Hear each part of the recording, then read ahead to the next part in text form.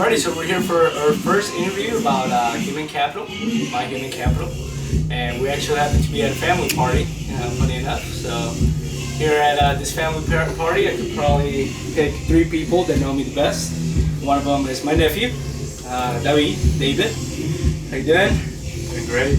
Good, good. So this guy, I mean, we go way back from the beginning, literally. Day one.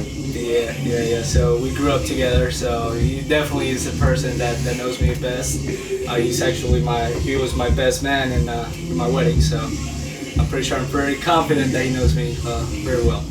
So, like I was telling you, David, that we're doing an interview about human capital. So we're basically investigating a little bit more as far as what I can bring into the table to, let's say, business or an entrepreneurship project. So let me ask you, what type of knowledge do you think is something that is unique about me? Like what can I bring to the table in regards to knowledge? Knowledge-wise, I think all-around knowledge.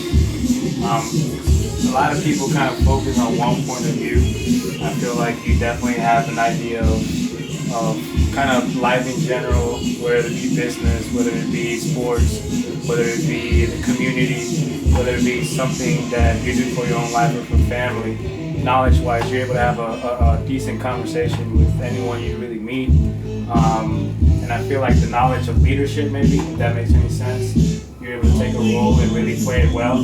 And if you don't know something, I'm sure you're able to at least try to give an educated response to whatever it is that you want to talk about. But other than that, I feel like you understand pretty much everything that goes around you. You're able to communicate that to whoever it is that you communicate that to, and make sense out of that. I don't know if that makes sense or not, but Yeah, it makes pretty good sense. Appreciate that. How about my skills? What do you think is something unique about my skills that I can bring into the table? Skills-wise, hardworking, definitely.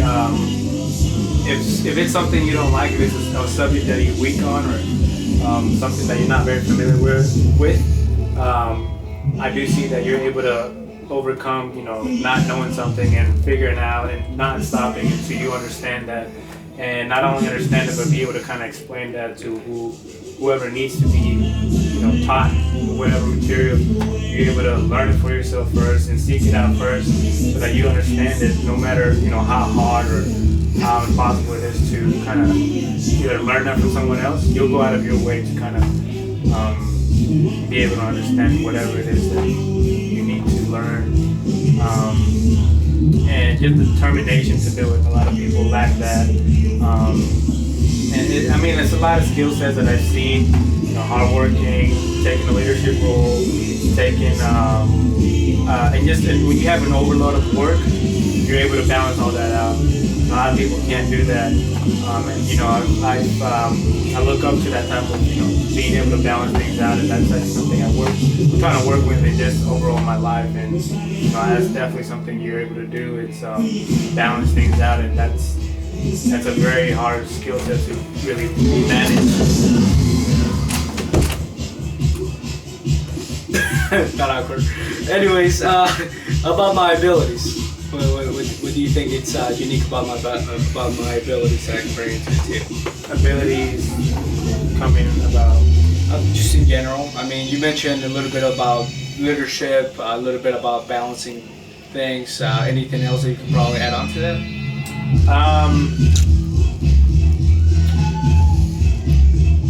Let's see, abilities to put yourself out there. The ability to put yourself out there, whether it's the environment that you're comfortable with or not. You make the most out of wherever it is that you are. Whether you have to take, again, the leadership role, and it's not something that you're comfortable doing. I was able to see you grow as a leader, knowing nothing of how to be a leader. And you developed that, and you just threw yourself out there and did a great job. When we were in college, you were able to, take such a leadership role. I didn't imagine that, that was possible at a young age. Kind of took some leaps of faith, learning about the community, learning on how to influence people, and learning how you can make an impact. So I think it's that self kind of trusting in yourself a lot, the ability to be able to kind of overcome that fear of failure, and being able to not only start something but finish it out. Again, that's an ability that not a lot of people have. You can start something, but I feel like once you start something, no matter how long, how hard, or how dreadful it is, I feel like you can finish it out strongly. Not just like getting the job done, but actually doing something that's worth either looking at, that's worth talking about, that's worth, being recompensated for, whatever it is that you're doing. Appreciate that. And then just to wrap it up, as far as my emotions, what do you think is unique about my emotions that I can bring to the table? I think emotions-wise, although like every other person, no one's perfect. There are times where you do take things to a certain level of like if it affects you very much, you take that with a lot of pride. And so if something is very important to you, something that you value a lot, you're able to understand that you're passionate about that, but at the same time you don't let it affect what the job or what it is that you're doing.